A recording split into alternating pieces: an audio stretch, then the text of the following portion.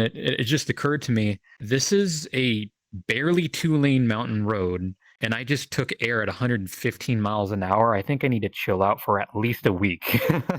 I'm Exucia, also known as Sakai, and I am an illegal street racer. I guess today I plan on explaining, the ins and outs of how street racers behave and what they do, and also trying to differentiate us from all the other things you see on the media. I know the media likes to paint us as, the stuff you see in movies, a bunch of gangster villains, thrashing around town, running lights, it's crashing into stuff, doing heists and shooting guns and all that stuff. But, the main goal for me today is to explain my story, my side of it, and put some clarity on it. There's not a lot of people open when it comes to, hey, I'm an active criminal for fun, ask me anything. Yeah. It's more of a Reddit thing. Yeah, for sure. I am happy to be here to talk to you. And obviously, I would like to make it clear that your presence on my channel is not an endorsement from either of us to do this. Yeah, I don't personally condone it at all. Even people that express willfulness to do it, there is a risk to anything. You are risking your life, you are risking your property, you are risking other people's lives and their property. There's checks and balances in the mix, and I get the feeling even a lot of people who do this safely do not recognize that. And I can't stress it enough. It's a crime for a reason. Yeah, for sure. So, how about you tell me how you got into street racing in general? That would be halfway at fault of my parents and my own rebellious nature, I guess. Everyone in my family has street raced at some point, minus my little brother. Good on him. Both sides of the family are car people. I don't know how my mom and dad met, but I think that was one of the things that they clicked over. And I've been interested in it as a kid, watching all, the Fast and Furious movies, playing Shitoku Battle, Initial D, and One Gun Midnight, and all that. So a while ago, my dad was working at a shop, and when I really got into cars is when I was allowed to play behind the wheel of my mom's Celica. And at that point, it was just a downhill slope. There was no keeping it from me. I was going to get into cars one way or another, and, me being broke is all hell. I kind of lean towards the crime side of it. And to be clear, this has never been a violent crime for you. No, not at all. The worst thing I've ever, quote unquote, ever done was spin out and wreck and cause traffic on the mountain to back up for like an hour. And that's like, I don't know, like 3 or 4 cars. No property damage. It was just a rock face incident. There was some cleanup that was probably a cost to state, but no glass, no oil spills people could slide off at. Haven't hit anybody, car or person. Don't plan to, don't want to. And with a hobby like this, obviously, although you can never be completely safe because that's not the nature of it, there has to be a lot of safety checks that you do to make sure that this does not cause property damage or harm to other people.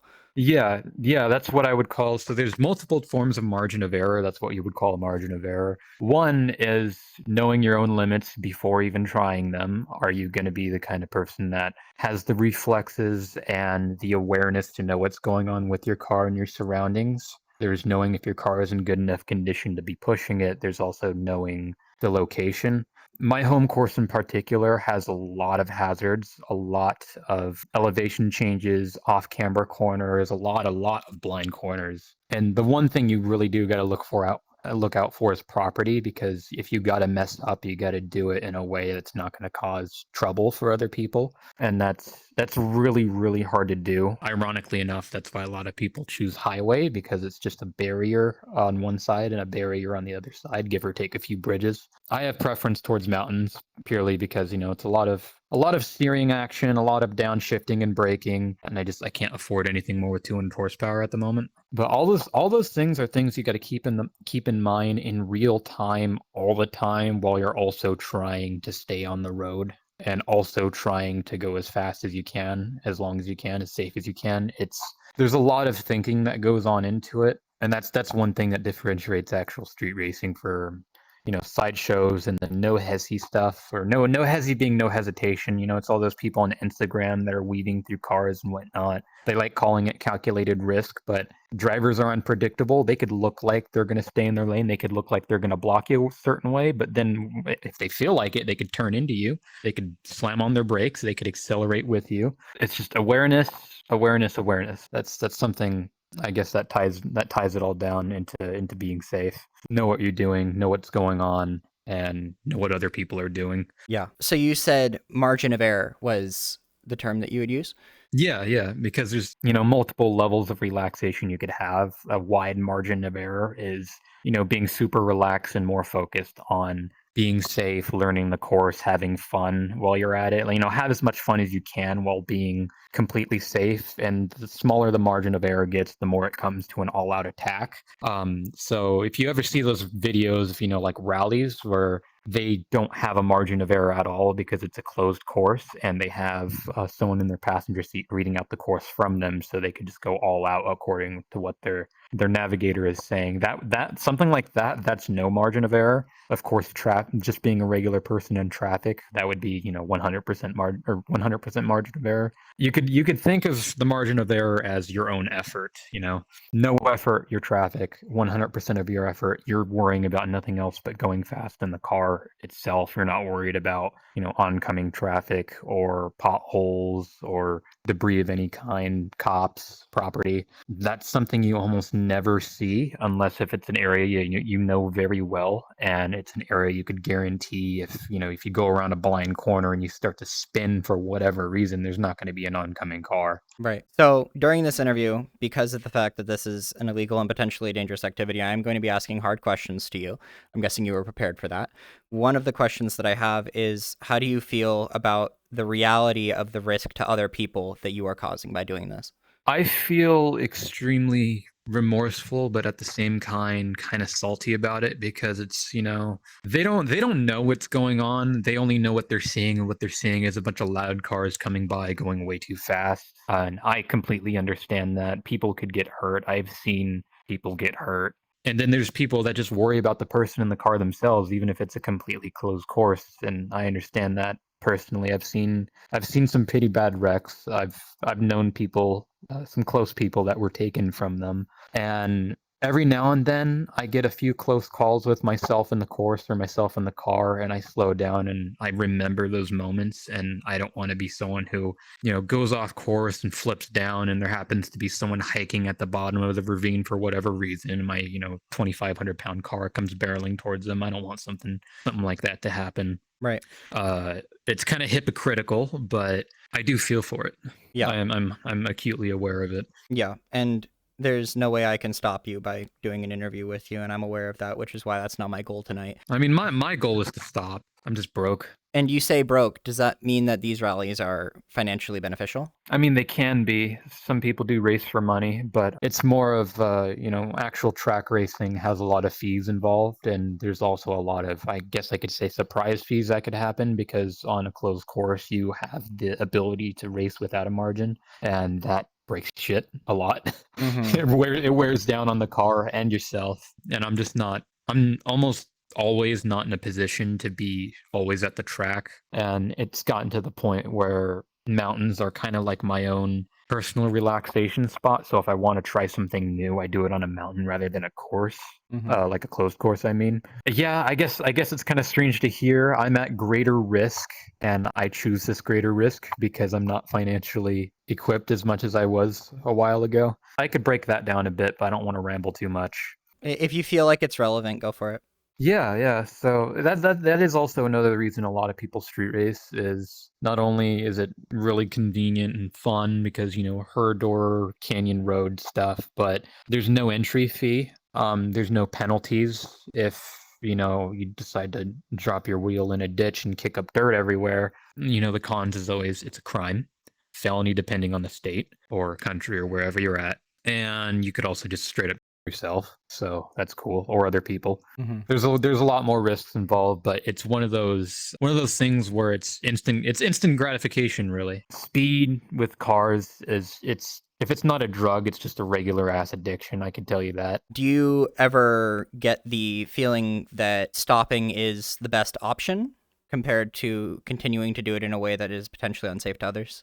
Yeah, yeah, it's why I'm trying my best to get back into racing at the track because aside from being a street racer, I participate in time attacks. Mm-hmm. I was going with SCCA for a bit, but then I started going to another sanctioning body called NASA, but there's so many rules and regulations that comes into just straight up full on competition that I started doing something called HPDE. It's called it stands for high performance driver education, but really they're just track days that are sponsored, and sometimes you have events while you're at them. But that's super expensive. We're talking, if there's insurers out there that will insure you for that event and that venue holder and that track, it's usually around, 2 to 3 times the entry fee, and the entry fees could come anywhere between $200 to $700 for an HPD event, and actual competition ranges from $1,000 to $10,000 per event. It gets way up there. On top of that, you got to worry about your car being legal for the event, passing safety, making sure the car is not going to kill itself driving it there or driving it while you're there. It stacks up pretty quickly. Right. So the difference between street racing and legal track racing is that everybody signs a waiver and understands the risks when you're in a track. Yeah, that, and there's less chance of people getting hurt, and sometimes you're financially protected as for the aforementioned insurance, if not, sponsors. Yeah. You don't get that with, crime. It's they're fun later, hard now. Hard now being, getting the money, making sure everything's ready, racing later, and then the other is happy now, possibly in complete ruin later because mistakes. Even then, you could just not make a mistake and still end up, having a police report floating around there because some local deer on the mountain decided to call the cops, and now you're pulled over on the interstate going to work and in the back of a police vehicle because it's a felony. Right. Do you feel like this kind of stuff should be a felony? I don't think it should be a felony, but I do think it should be harshly punished. It's an extremely dangerous crime, but I am not a rapist or a murderer. I would not like to be lumped in with those people. A lot of street racers are really, really nice. It's like something I always tell people, one of the fastest people you ever meet is probably that goofy bald kid at 7-Eleven with the broke Volvo. Yeah, like this kid will never hurt a fly willingly, but he's probably like someone F1 racers would recognize, that kind of thing. Yeah. So just in everyone's everyday life, that you could know someone who, in the dark of night, does the kind of stuff you do. Yeah, 100%. I've been that person where it's they think I'm someone who's vanilla, kind of goofy, not really sociable, and then next thing you know, I show up with a really loud car to the family function, and I'm like, hey, yeah, this is the fastest thing on this side of town. Nice to meet you. That kind of deal. Yeah. It's it gives myself whiplash sometimes because the crowd, like that's more or less the usual crowd, but it's always a colorful bunch. There's many different people that do this kind of thing, and it's like the one hobby everyone bonds over, and no one else agrees on anything else, but everyone's chill with each other because of this thing specifically. That's your usual hangout. Right. So the kind of racing you're doing must take some level of expertise that can only really be gained, doing the job, doing this kind of stuff. What was the first time that you really tried doing something that you would consider excessively dangerous with a car? It was actually quite recently, around a year and a half, 2 years ago. I was driving a GT86 and I was messing around, trying new things. I just got a new suspension, some new tires, and really enjoying it. And there is this, what was it? I think it was a 720, a McLaren 720S that was tooling around with this Modena Ferrari. And they started getting a little rowdy. I started getting a little rowdy. And next thing you know, they're starting to push at it. And I still have my pride. That's when it comes to racing, I'm a really prideful person. And it's kind of cringy to say, but I have a no lose policy, no quit policy, and I locked on to my prey, and so to speak, and decided to go at it. And I had to have been going the fastest I've ever been up to that point. Like, I noticed in corners where I'm usually going 35 to 40, I was going 60 and already at a slip angle. Some straightaways where I'd be in fourth gear, I'm already in fifth going into sixth. There's this particular straightaway that I was going over. The McLaren didn't really take off. Like, we were exiting a quarter. I guess he was either just inviting me to a braking battle or letting me pass. So I got into the opposing lane. By the way, I forgot to mention earlier, at least in America, street racers, at least really good ones. Majority of them, I should say, not really good ones, but the safest ones don't cross into the other lane unless if the road's closed down or being watched and there are radios in the cars. But it's a long straightaway, about eighth mile, quarter mile long, and there was nothing coming up past the corner, so I decided to get next to him, and that's when he started pushing it a little bit. So he invited me to a braking battle. I got past him in the corner, and we started continuing a little bit. And that oh shit moment I had is when I was exiting this corner. I usually do around fourth gear. I went from fifth to sixth, so I'm going around 110 miles an hour. And there's this bridge that it keeps, like, the hump in it is from a tree root that's pushing the road up, and it gets bigger and bigger every time I go there. And I ended up going over it at around 115 miles an hour, and I felt immediately no feedback in all my wheels. I caught air. I caught air in this little dinky Toyota pulling on a McLaren, and as soon as I hit the ground, I heard the nastiest scrape, like metal on hard rock sound, sparks in my rearview mirror. Next thing you know, I could feel my suspension being off, or whenever I have the weight shifted to the left rear side, and I bent my rear control arm on the asphalt, and I decided to pull over and check it out. And then when I realized the car's still kind of okay to drive, it's clearly fucked up, but it's not totaled. I noticed how much my hands were shaking, and it just occurred to me, this is a barely 2-lane mountain road, and I just took air at 115 miles an hour. I think I need to chill out for at least a week.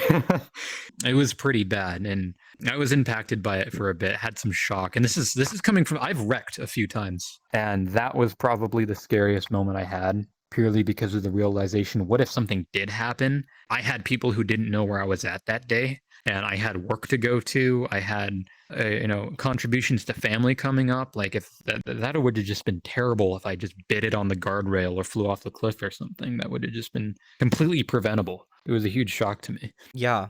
How did you get from that point of shock, instead of going never again, to I want this more? Yeah, I wasn't kidding about the addiction part. Cars are really, really fun. Speed is really, really fun. And once you calm down, you sort of kind of just forget about it, and you use it as you include it in your margin of safe, or your margin of error, I should say. You include this experience and you learn from it, rather than being completely shunned away from it. That learning experience can be something that shuns you away from it, but the passion runs deep with me. I'm the kind of person that will skip a few meals to get some gas and go at it for a few more hours, if that sort of paints a picture. Even at the track, I've done that at the track, where it's like, I want to get lunch, but temps are still good. I still got some tire left. Let's do this. I'm kind of magnetized towards it. Yeah. You've used the word addiction, and from what you've said, it sounds pretty accurate to me. What do you think are the next steps you should take to become a safer and more beneficial to society person as you move out of this? I should just straight up find a different hobby or quit while you still can, because everyone has their runs, and everyone gets caught up to eventually. I realize I'm on borrowed time, and because of that, I'm trying to find new hobbies to keep me distracted. It's really difficult to do, because everything that I tend to like just so happens to be the most expensive thing on the planet. As a PC gamer, I feel that. Yeah. Being interested in cars, guns, anime, video games, specifically PC video games, and now among that being VR. My wish list is probably about 50 grand at the moment, and I don't even earn half that a year.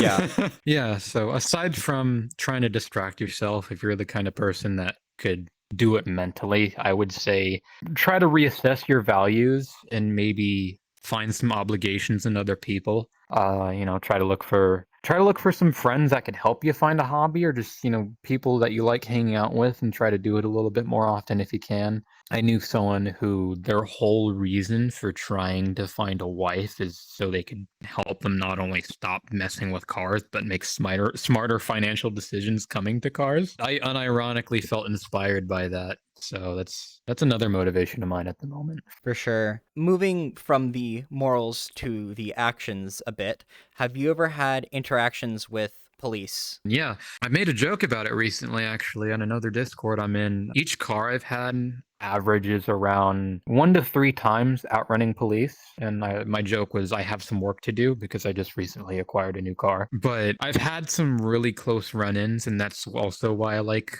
the mountains. It gives you sort of a chance if it does happen.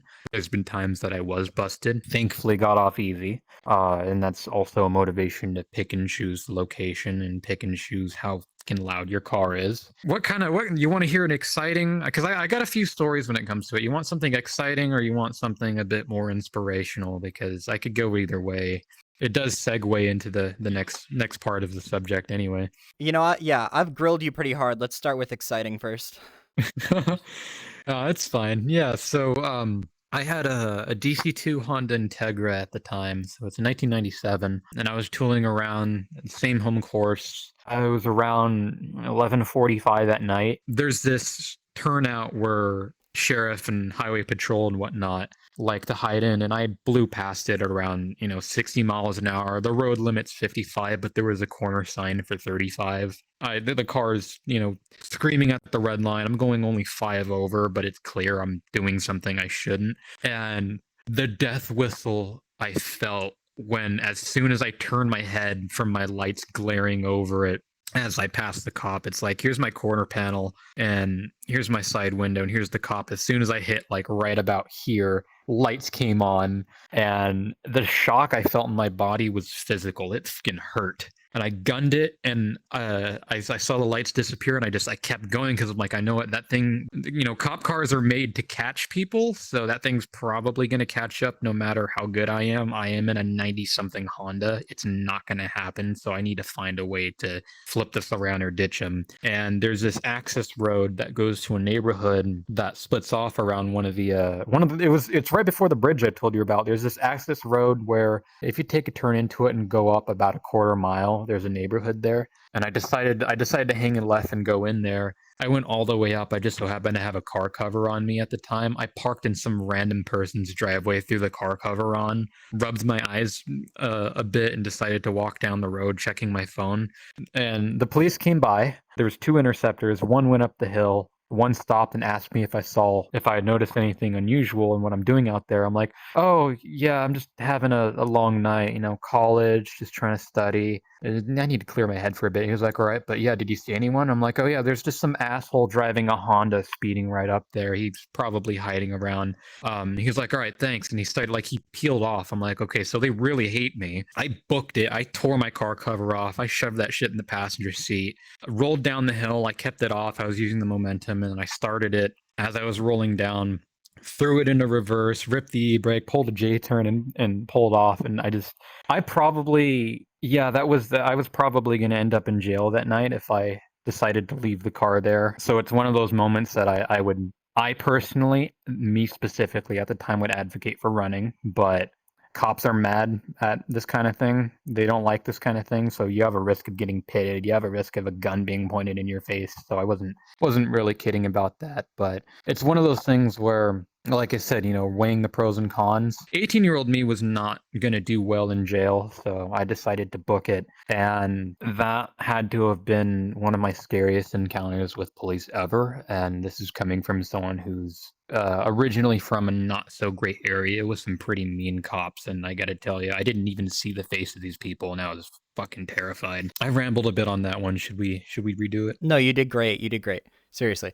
Okay, so that was intense. You said there was also an inspirational story that you wanted to tell me. Tell me about that. Yeah, so it was one of the things that got me sort of in line and more focused on my surroundings. Me and my friend stopped at a general store on the way to the course, and as we were checking out, the store clerk said the sheriff has been showing their teeth out lately. If you're thinking on messing around, I suggest you turn back home and go back the way you came. I brushed them off. I'm like, no, it's fine. I know what I'm doing, blah, blah, blah. The typical rebel teenage BS. And we were tooling around a bit. I was having my buddy be on Google Maps and lay out the course for me while we're driving. We finally decided to head back, and just as we passed the turnout for the surface street that led to the general store, right up ahead was a sheriff's interceptor, and I blew past him at around. It was a rather long straightaway, and it's a high speed course, so this is actually considered rather slow for the area. I passed him going about 97. The speed limit there is 45. I think they actually lowered it to 35 recently, but I didn't even wait for his lights to go on. I pulled over immediately. I'm like, I'm probably going to jail, but I don't have the energy to run from cops at the moment, and I have a passenger in the seat that I technically coerced into doing this with me. They were okay with that kind of thing, but they had something else to do, and I convinced them to come with me, and I felt really bad about that. I turned off the car, took my steering wheel off. It was a quick release wheel, by the way, and put it on my dash, put the keys on it. I waited with my hands, where he could see them. I turned the light on. He walked up. He was like, "Do you have any idea how fast you're going?" I'm like, too fast, too fast. He was like, "All right, so you're aware of what you're doing." He gave me, the shtick of slow down, be safe. This is not the area to do this. And then after he finished writing up the ticket, he pointed out the difference between approximate speed and clocked speed. And there were two different speeds. He clocked me at 97. Thankfully, my speedo was accurate. Kind of happy about that because it was one of my worries with technical jank at the time. Clock speed 97, approximate speed 3 over. Speed limit 45 and speed was 48, approximate speed 48. And he was explaining to me, what traffic school is and what their policy is with getting points off your record with it. And I'm just sitting here trying to pay attention. I'm like, what is he doing here? And I saw him stare blankly at me for a second. He was like, all right, enough with the technical BS. I'm going to be real with you. You're a nice kid. You look terrified right now. This is your warning. You could do the traffic school and keep that point off your record because your insurance is going to go way up, or you can contest it, which I do not recommend because your clock speed is 97 miles an hour. You have a good night. Drive safe. And he walked off. He could have put me in the back of his car with my buddy in there. And I'm not going to look a gift horse in the mouth. I'm going to be more careful about what I'm doing. And ever since then, even with the occasional speeding ticket I got, I wasn't mad about it because I was doing something I shouldn't have, no matter how safe it was given the context. Won't be mad about it. I'll be polite and I'll thank them for their service, and that actually has helped me out a lot with future tickets and in general traffic stops, because they do happen kind of semi-regularly out here. A traffic stop is one rude remark away from getting searched and detained. They have a little bit more power than you do. It's easy. It's easier for you in the long run and even immediately to just suck up your pride and be a little nice. It might save you, $300 in a speeding ticket. It could also save you a couple of bruises and being in the back of a police car with some handcuffs. Ever since then, I think that was a maturity point for me. After that, I started paying more attention to margin of error, things like, of course, the surroundings, but also just the general health of the car. Because, like I said, I was worried about my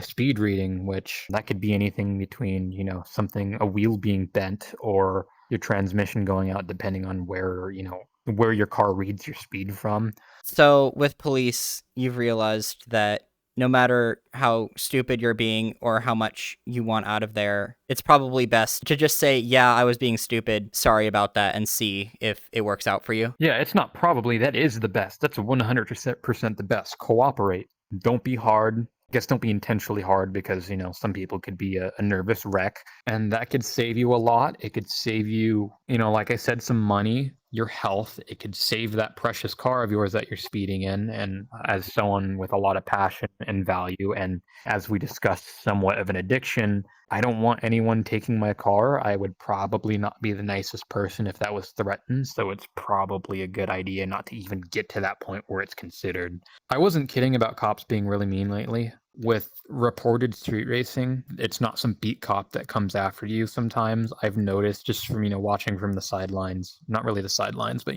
being in traffic when someone's messing around when they shouldn't. It's straight up like Need for Speed Most Wanted. Like, I gotta say, comparison, heat level 2 or 3. There's this one guy that I know I've seen on Instagram in my feed a few times, just chilling in traffic, and he decided to do a poll with somebody. And there was this, it was like this old Dodge SUV. It just looked like a regular ass base model. And he started hauling ass, and then lights came on, and these guys started booking it. And I'm like, what the hell was that? I've never seen an undercover cop in that particular type of vehicle, because usually they have like a consistent theme. Like it used to be Crown Vics, and then it moved to Ford Tauruses, depending on where you're at, and then Chargers. But it was just this base model ass looking crossover SUV thing going so quick, so quick. Like I am far away to the point where like 120 miles an hour looks like you're just casually driving through a neighborhood. This guy was hauling ass. Had to have been doing 170 to 180. And so I decided to look into a bit, and they have like these undercarriage winches and bull bars that like they ram you with, and they grab onto your car, and they tie it. They could spin you out and start dragging you, or they could just straight up be attached to you and there's no getting away, because that's like a 7,000-pound van with a really angry cop behind it making sure his gun's loaded while you're sitting there spinning your tires. Like I said, I'm trying to get out of it for a reason. The risk is just not worth it, especially when it comes to highway racing, because even sideshow people do highway racing in a reasonable manner, and sideshows are the worst thing since I guess ever. Like it's disgraceful. A bunch of hooligans and gangsters and wannabe thugs taking their 40% APR Chargers and spinning them in circles when people are just trying to get home at the stoplight, and they shoot anyone that has a problem with it. And that's who we're associated with these days, and that's why they got that aggression. And I really don't blame them. I've seen blockades happen spontaneously and rather efficiently. It's pretty whack that it's gotten to that point. Sometimes I wish it'd be like some other countries that are a bit more lax, because the people are smarter about what they're doing and it's not really an epidemic. But your average person's not going to tell the difference between a street racer and some blood in a leased Charger, so it's not worth it at all. Even the people that watch it, like I've seen, stuff can happen. You could overheat your tires spinning in circles, and you end up hitting someone's whip, and next thing you know, you got him and 6 of his other guys starting to shoot at you. So not good people meeting not good people, inconveniencing each other in the worst possible way imaginable at the moment, just short of just straight up being violent for no reason. Definitely not a motivating thing when it comes to this. Yeah. So you'd say that you think the culture at its worst is extremely toxic. Yeah, even like I wouldn't call that street racing, but those people do sometimes street race, and those kinds of people don't take losing very well. So if you end up beating them and you're pulling on them on the highway, and you're at a position to get pitted, so even if there's not the police risk or not the risk of hurting other people, you could still get your shit wrecked because they're salty about being slower. Even the regular side of the vanilla side of street racing is pretty toxic. There's a lot of people who don't take opinions well. There's a lot of people that talk a lot of smack and can't back it up and don't emotionally handle it well after the fact. There's some people that will slander on you. There's some people that will snitch on you. On top of that, you get all the hype beasts out there videotaping everything. So even if you do everything right, there could be some person trying to chase some Instagram views, and next thing you know, your identity's right there, seen by 1.2 million people, and there's a warrant out for your arrest. Yeah, it sounds like when you talk about the more aggressive part of this culture, that's not even street racing, that's just gangbanging. Yeah, I out of pride, I don't even want to call it gangbanging, because they're just a bunch of bitch baby wannabes that they're beyond man children. They're literally like, those toxic 8-year-olds on Call of Duty handed keys to an 800 horsepower car and been doing whatever they want with it. It's not great. Yeah. So, considering how it is inevitable that there will continue to be people that do this, despite them all knowing that it's a stupid idea, what are some safety tips that you personally use to make sure that you don't put yourself in what you would call even more unnecessary danger? Yeah, I would say don't do what you would call send it. Don't do that. Make sure your car is running fine. And make sure you know your own abilities. A narrow mountain road or a highway is not the best place to toss your car and see if you could keep it going. I mean, of course, always go to the track, but if you really have to do these things, I would say know your capabilities, keep your car running, and if there's a yellow line to cross, stay the fuck away from it, because, again, even if you know the area, that should probably be a reason why you shouldn't cross the line, because that corner is going to be blind, or the next 3 corners are going to be blind, and you're going at a rate where you need to think about 3, 4, 5 corners ahead even, and crossing the line can mess up your own speed and your own control, and if someone else is coming at you, it's game over for both of you. And if all that don't work, how would you feel about your baby being broke? not great. Would you like to still be able to drive it? If that's a yes, then you should probably reconsider what you're doing if it seems at all, of a skill issue. Because I'm a wreck away from not being able to drive anymore. I have very bad cable management in my spine as a result of a wreck. I'm lucky to even be walking right now. If you really can't think of just the basic, oh, it's dangerous, oh, you could get hurt, think about what actually could go wrong. Be a worrywart. Let your imagination run wild. Scare yourself straight. And if all that don't work and it just helps you do what you're doing safer, cool. You're not killing anybody. You're not getting yourself locked up, and you're not breaking anything. If you get to that point, then I'm just gonna stop bugging you about it, I guess. But like I said, it's a crime for a reason. It's not the best of things to do. There's multiple things that could go wrong, and the cons will always outweigh the pros. The mindset is always, if I get cons at all, you will eventually. You will. That's how it works. As an experienced person myself, there's some things old heads have told me: short run 2 years, long run 4 years. Anything more than that is borrowed time. Yeah, I'm on about 7 years at the moment, almost 7 years of experience. So I'm getting a lot of bad luck lately. So if you're running as long as I am, or plan to, reconsider it, because the risks are only going to get a lot worse from here on out, unless sideshows go away, but that's not going to happen. I kind of want to talk about some tidbits from my past experiences, but I'm going to try to avoid a few things because I don't want to go on a ramble about specifically cars. We're talking about what we do with the cars, because I could go on for hours about rotary engines, and it will take a very stern shut the fuck up to get me to stop. I guess I could say, what about the wrecks I've been in? A Yeah, little go bit more for it. motivation for people to stop. Yeah. So a while back, I had a very close person to me. We known each other for a majority of my latter half of middle school and high school life. They're the ones responsible for getting me into a specific kind of platform of vehicle, the Mazda rotary engine. One day during one of her casual runs, like, she was not pushing it at all. She was her tires were getting a little hot.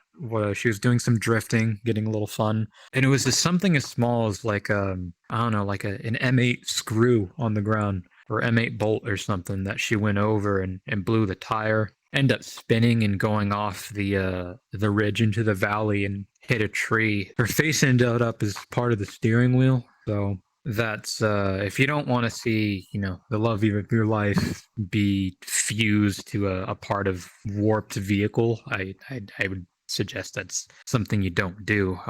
Few weeks after that, maybe about a month or so, I got my first car. It was I was looking at it for a while. I originally wasn't too keen on getting it, but I was a little bit more motivated to get something like that due to the sentiment behind it. And it was my first car. Might as well make it special. It was a 2006 Mazda RX-8 Evolve Edition in a Phantom Blue Mica. From my understanding, from what I found about that submodel, it was a illegal import, 1 of 100 made. Another reason to reconsider your actions if you got something that has a lot of value in general that you find pride in. I was going on a bit of an emotional run. For one, don't drive emotionally. It was wet out, and I decided to have some slidey fun like she did. I pulled over for a while, let the car cool off, enjoying the half wet conditions. The sun starting to peek through the fog that was up there at that time of day. When I waited long enough, I decided to get back in the car and do some more runs before heading back home, or maybe to work, depending on how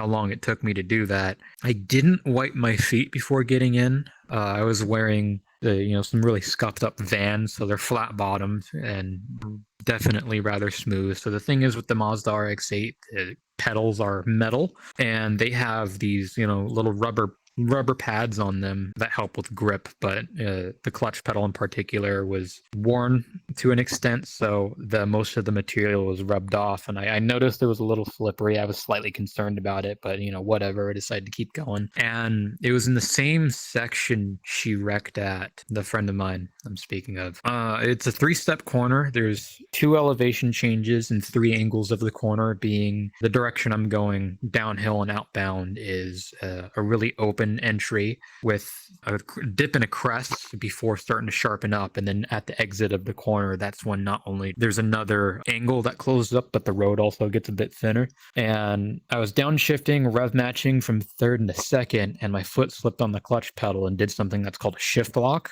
I always rev matched back then. I did not know what a shift lock was. I did not know what they felt like. And it sent a shock throughout the transmission while locking up the differential and ended up spinning the car. I was already at somewhat of a slip angle, and the angle I was at mid-corner was already greater than the angle of the exit of the corner. So if I was already out of the corner, I'd look like I'm pretty much blocking the road. And the car is about to regain grip, and I had two choices that I was thinking of at that very moment, that split second, is let it happen and fall off the ravine and join my lost friend, or try to at least save it enough that I don't wreck as bad. And I couldn't really commit, so I defaulted to try and saving it, and I ended up forcing it into snap oversteer, then ripping in the e-brake so I could try to get the vehicle parallel with the wall, the rock face, as I hit it. But I spun a little bit too much. It worked a little too well, and I ended up doing a 360 and hitting the wall either at a slight angle or head on. The speedo right around 60, 70 miles an hour at the time. And I hit the wall head on. Airbag didn't deploy. Got some pretty gnarly whiplash, and I spun a few more times, 2 or 3 more times before ending up in the ditch where that rock face is at. So my first car gone right after getting it. A car very, very special to me and has a lot of sentiment behind it, is probably crushed in a car graveyard somewhere, or stripped for parts. And because of that incident, I fractured 2 vertebrae in my back, lumbar area, and now I have nerve damage because of it. I'm one step away from not being able to walk. If I get in a bad enough accident, or if I fall over the wrong way, I'm done. I can't drive again. I can't race again, and I don't want that to happen to me, and I don't want that to happen to other people, especially considering, all the bullshit that happened and all the memories I have. I don't want to keep trying making new ones while risking my life and risking my property and risking other people's lives and properties. I will cherish what I have and make my attempts to move on, and I think other people should do that too before they end up like, I'm sorry that I wasn't as prepared for that as I thought I was. You're good. They should reconsider before they end up in a position they don't want to be in, or end up impacting people they care about in a way they don't want to. Yeah. You might not care about your own well-being, but someone out there's life can change by your death. Even if you don't think it will, it can. For sure. So I guess that's the closeout. Unless you have any more quick questions. No, that was a very good way to end that. Thank you for doing this. Yeah. Sorry. Kind of rambled a bit for the whole thing, and I don't know, brought up some pretty sketchy topics. But I mean, as I said, I am in the process of quitting. I am doing my power to keep it on the track, or just not be in a car at all doing that stuff, because quite frankly, if it's still on the track, I could still wreck and still get hurt. Sorry if you're bummed out or just bored out of your fucking mind. No, you're doing great. I'm emotionally engaged.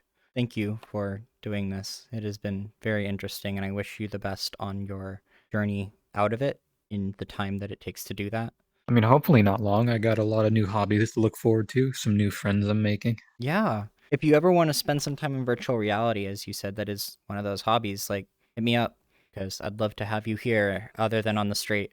Yeah, I was actually hoping to ask that, but I didn't want to overstep any bounds, because, you're really, like, I always thought from watching your videos that you're a really chill person, but I also don't want to cross a line, as from fan to content creator. I have a joke with my friends that, like, once you've been on the channel, you get the Azil insurance policy, and then you can't possibly, like, get fucked over too bad. You think I'm going to stop you from, like, asking me to spot you sometimes, or at least hanging out with me? No, that's ridiculous. I appreciate that a lot. Yeah, the thing with this is, friends are hard to come by. Like I said earlier, where it's like everyone you meet in the car world, it's like having, that one friend at work that has that one thing you like, but you are 2 completely different people with completely different interests. Mm-hmm. And it's that context that also kind of keeps people in there is even if they don't like the racing, they still like the people they meet. Yeah. But I just realized I got like no fucking friends, so I got to work on that. Well, let's change that. You've got one here, and you'll Hell have yeah. plenty others. Yeah, I mean, I do have a few, but schedules conflict sometimes, and there's also conflict interest. Not everyone's into the same stuff as me. I just noticed I have an alarming amount of people that I'm friends with that are just like at the minimum 500 miles that way. Virtual reality is something I looked at because that kind of closes the gap in a way. That and I get to be a chick. Yo! Would you say you identify as trans? I'll be 100% honest, kinda, but I didn't want to take any of the inherent risks that comes with transitioning. I guess I should say I'm happy enough where I'm at. I could go either way. I have my preferences, but I don't have, I guess, the fortitude or strength to commit to that kind of thing because I am very critical of my own appearance and own well-being, even if I'm never going to see another person again. I'm still going to see me. And that's the kind of thing that kept me from going at it. But at least I still have, virtual reality. I have some people you should talk to for sure, because talking to the right people about that stuff makes a huge difference, and you at least deserve the counsel that people with experience can give you.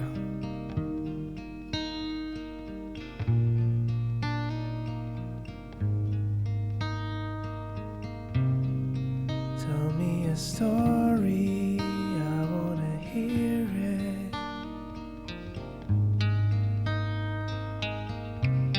You might think it's boring.